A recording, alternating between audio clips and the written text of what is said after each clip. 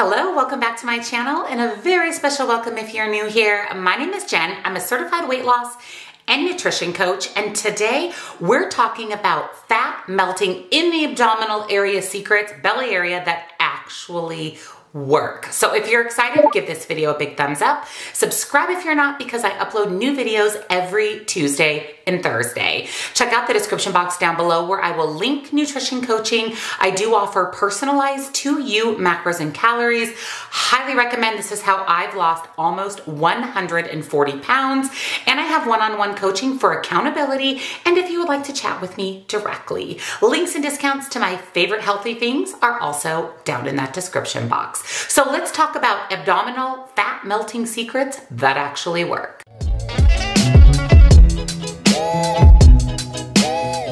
We all know that fat in the belly area is dangerous and really, really hard to get rid of. There are different types of abdominal fat. Some are a little bit more dangerous than others, but having excess fat in that area in general is something we need to be concerned about. There are two different types of fat that form in the belly area and in our body overall, and that's going to be subcutaneous fat and visceral fat. Visceral fat is the scary fat. This is the fat that's hidden deep in our body that surrounds our organs. This type of fat leads to serious health conditions like cancer, type 2 diabetes, and more. So getting rid of fat in general, especially visceral fat, is imperative for an overall healthy life. There are some things that you can do to shed this belly fat fast. Number one, and the first thing you need to do is figure out, do you have visceral fat on your body? Or is the fat in your belly area specifically subcutaneous? This is the fat that sits at the surface. You can have a higher BMI, but have low visceral fat. That's very different than someone that has a high BMI and high visceral fat. Your BMI fat could be based solely on subcutaneous fat, which is a lot less dangerous, if dangerous at all. Visceral fat is what we want to be concerned about. Again, it lies around our organs, our kidneys, our heart, our liver. This is the fat that can cause those health issues. The bigger your waist is, the higher your risk of visceral fat is. For men, you want to have a waist about 36 inches, and for women, 32 inches or less is considered to be healthy. The best way to know what type of fat you have in your body is to have a body scan. A scan that's going to tell you how much fat you have versus water versus muscle and what type of fat you have. Do you have subcutaneous fat or do you have visceral fat? Definitely look into body scans as well as DEXA scans in your area and have a conversation with your doctor to see if there's something that they can offer to you to determine if the fat on your body is visceral, subcutaneous, or both. Number two is to know foods that actually lead to visceral fat. The number one thing that you can eat that's going to lead to visceral fat is trans fats. Now, we can find trans fats in things like meat, dairy, deep fried, and processed foods. Not to mention a lot of other foods contain trans fats. Now, when you flip the food over and look at the nutritional label, it's going to tell you if there's trans fats.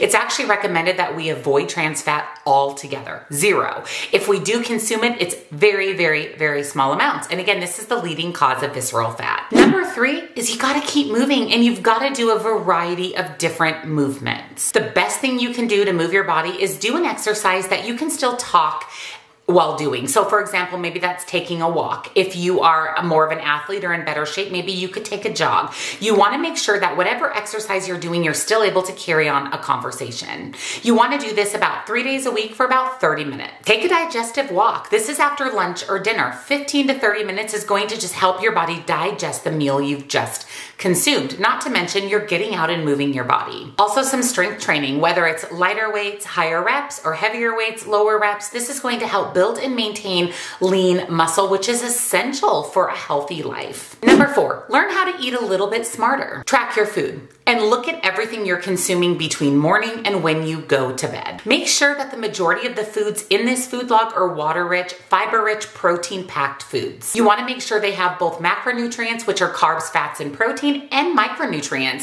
things that come in vegetables and fruits that are your body needs. Also, it's so important to have good sources of healthy fat, things like olive oil, avocado oil, flax seeds, chia seeds, avocados. Make sure that you're implementing healthy fats into your daily diet more than once per day. And eat your vegetables. Make sure that you're consuming at least 3 to 5 servings of vegetables every day. Number 5, manage your stress and do a little bit of planning. We all know eat healthy and exercise. But in order to incorporate that into our life, make it a routine and a habit, we have to do a little bit of planning. We basically have to plan eating healthy and exercise into our life. For eating healthy, we have to make sure that we're making a grocery list, that we're going to the grocery store and picking up those healthy foods, that we have recipes on hand for healthy meals, healthy snacks on hand. We have to plan ahead for the food aspect, but we also have to plan ahead to move our body. We have to implement exercise into our schedule. That means scheduling in that 30-minute walk a few times a week or scheduling in your favorite gym sesh. Also make sure that some of the healthy foods that you have on hand are convenient.